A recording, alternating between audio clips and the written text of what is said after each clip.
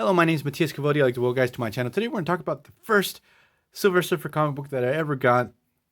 Actually, it's one of my all-time favorite standalone issues. Even though it's part of a crossover, this tie-in, it has its own two legs. It tells a really good story. Recently, I reread it over the past couple of days, and I still really love it.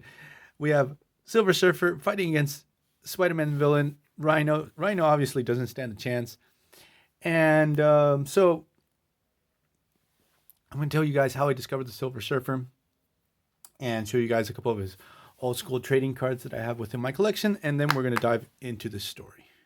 Before we get into these trading cards, let me tell you how I came across this issue, because the weird thing is the first couple of Silver Surfer issues that I purchased, actually I got them at my local Toys R Us. I had a Toys R Us near my house. I used to live in Culver City, Los Angeles, and they would come in bundles with two other comic books. Normally it would be Silver Surfer, some backed issues of Silver Surfer, Iron Man, Iron Man for some reason never got me hooked. I remember it was like the John Romita phase and maybe a Captain Planet comic book.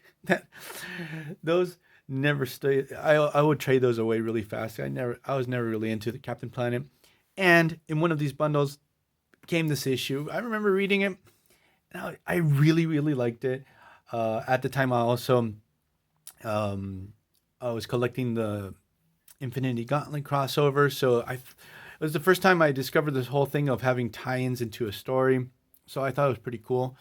So first, let's get into the first couple of trading cards that I have of the Silver Surfer, because I really, really love the Silver Surfer, except for that really bad taste in my mouth of having purchased, because when I realized who the Silver Surfer was, found out he had a Nintendo game, I bought it at a pawn shop near my house, and oh my god, that game was just terrible.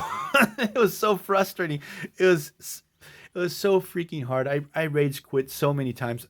I think I only reached a boss once on that game. So this is for Marvel Series 1, sort of like the classic Silver Surfer design. He's got his silver undies. Then we have the hologram, which they didn't put in any effort into making another illustration. Sadly, we can't see the 3D design to these. Man, back when we were a kid, like, these were really hard to get, and I remember getting all of the holograms from this series, and all my friends just really envied me. Now I just realized I don't have Silver Surfer trading cards for Marvel Series 2. I'm not sure if they made them. Probably they must have.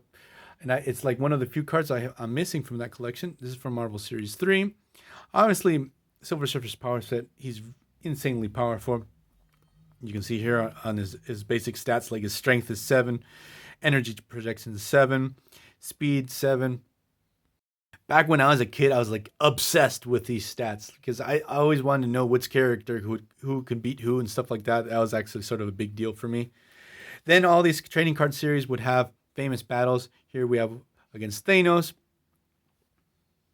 Real shame that we didn't get Silver Surfer in the MCU and we didn't get to see a battle between Silver Surfer and Thanos. I sort of feel like they tried to fill Silver Surfer's place with Captain Marvel, and at least for me, it just didn't fit the bill.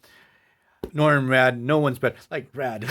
Yes, his last name is Rad. That's just so awesome. And here's another from Marvel Series 2. Silver Surfer vs. Thanos. Another one of Silver Surfer's greatest enemies is Mephisto. That I only have one comic book where these two tussle against each other. But what I really like about Silver Surfer is that, like, he's insanely powerful. He's the fact that he's somewhat of a pacifist.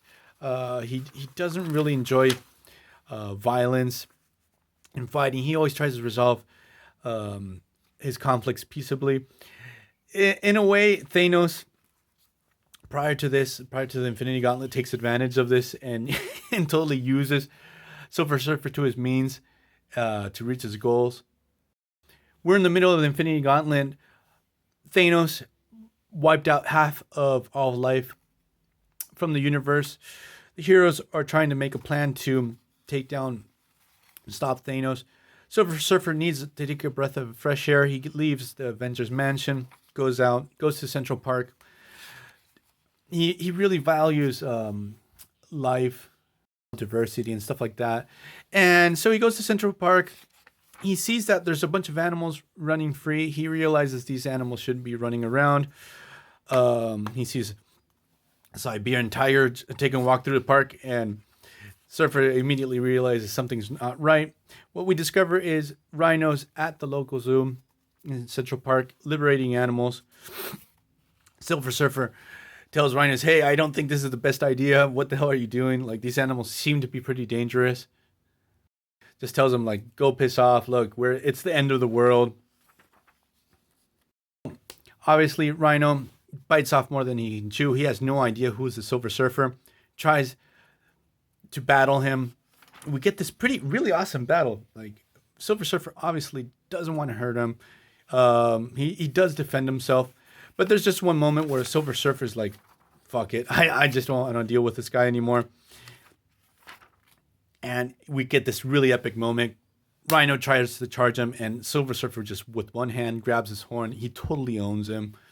And here's the best part. It's just this one page. I forgot to mention the writers to the story.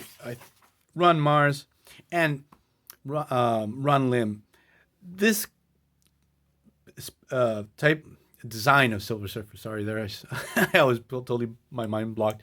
This is for me like the classic archetype design of Silver Surfer. Like every time I think of this character, this design of Silver Surfer comes to my mind. So let's get back to this page.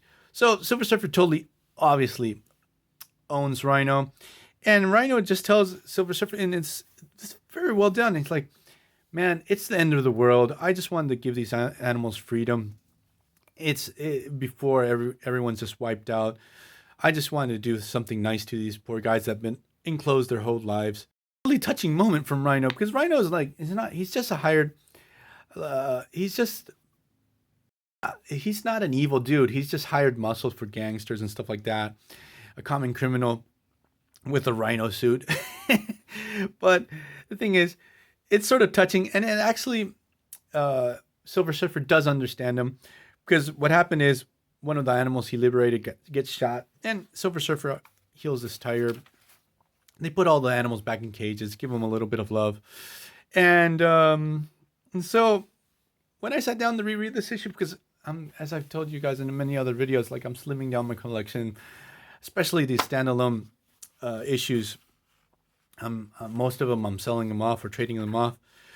And this one stays because it has a very special place in my heart. And Rhino too. I really love this character. So if you haven't read Old School Silver Surfer, it's really worth the read. It's a really solid series. And see you guys next time. Bye.